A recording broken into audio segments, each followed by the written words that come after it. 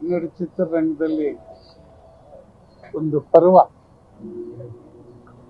ಹಿರಿಯರನ್ನ ಕಳ್ಕೊಳ್ಳೋದು, ಆತ್ಮೀಯರನ್ನ ಕಳ್ಕೊಳ್ಳೋದು, ಸ್ನೇಹಿತರನ್ನ ಕಳ್ಕೊಳ್ಳೋದು, ನಮ್ಮ ಹಿರಿಯರನ್ನ ಕಳ್ಕೊಳ್ಳೋದು,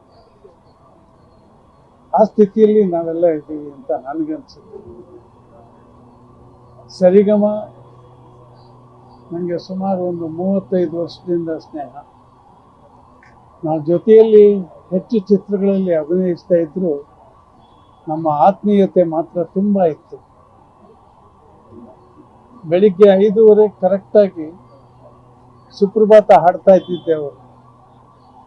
ಸೋಮವಾರ ಈಶ್ವರ, ಮಂಗಳವಾರ ದೇವಿ, ಸುಬ್ರಹ್ಮಣ್ಯ, ಬುಧವಾರ ಗಣೇಶ, ಹೀಗೆ ಶುಭೋದಯ ಜೊತೆಗೆ ಒಂದು ದೇವರ ಒಂದು ಚಿತ್ರವನ್ನು ನಮಗೆ ತೋರಿಸ್ತಾ ಇದ್ದಂಥ ಗೆಳೆಯ.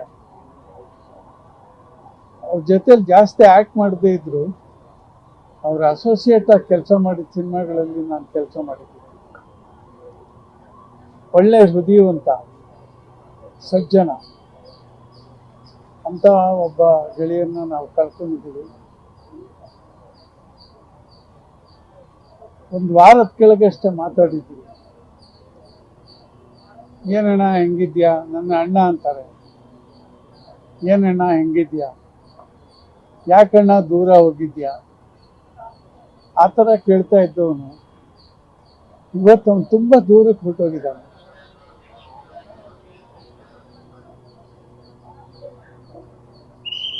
ಏನು ಹೇಳಬೇಕು ಅಂತಾನೆ ಗೊತ್ತಾಗ್ತಾ ಇಲ್ಲ. ಯಾಕೆಂದರೆ ಒಂದು ವಾರದಿಂದ ಅವನ ಸುಪ್ರಭಾತ ನಿಂತೋಗಿದೆ. ಯಾಕೆ ಏನು ಅಂತ ಕೇಳಿದಾಗ ಸೀರಿಯಸ್ ಆಗಿದ್ದಾರೆ ಅಂತ ಹೇಳಿದ್ರು. ನಾನು ಹುಬ್ಳಿಯಲ್ಲಿದ್ದೆ. ನಿನ್ನೆ ಬೆಳಿಗ್ಗೆ ಅಷ್ಟೇ ನಾನು ಬಂದೆ. ಸುಪ್ರಭಾತ ನಿಂತಿದ್ದಕ್ಕೆ ಕಾರಣ ಗೊತ್ತಾಯ್ತು. ತುಂಬ ನೋವಾಗಿದೆ.